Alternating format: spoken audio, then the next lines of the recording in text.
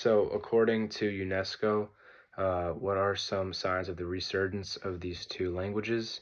Aymara and Quechua, two important indigenous languages in the Andes, um, are experiencing a revival thanks to technology, the media, and official recognition in these countries like Bolivia and Peru. Um, from their inclusion in Google Translate um, to national news broadcasts and cultural movements led by UFOs. These efforts have offer hope during the International Decade of Indigenous Languages.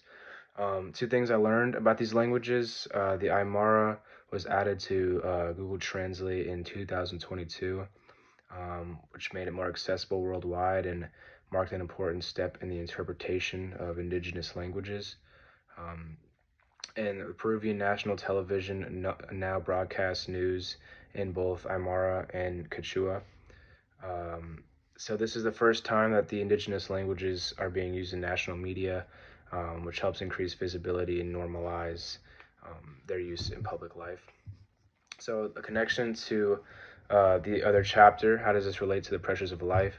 So this connects to life's pressures by showing us like the social and cultural pressures put on the indigenous people to abandon their language and take the language of the colonizers.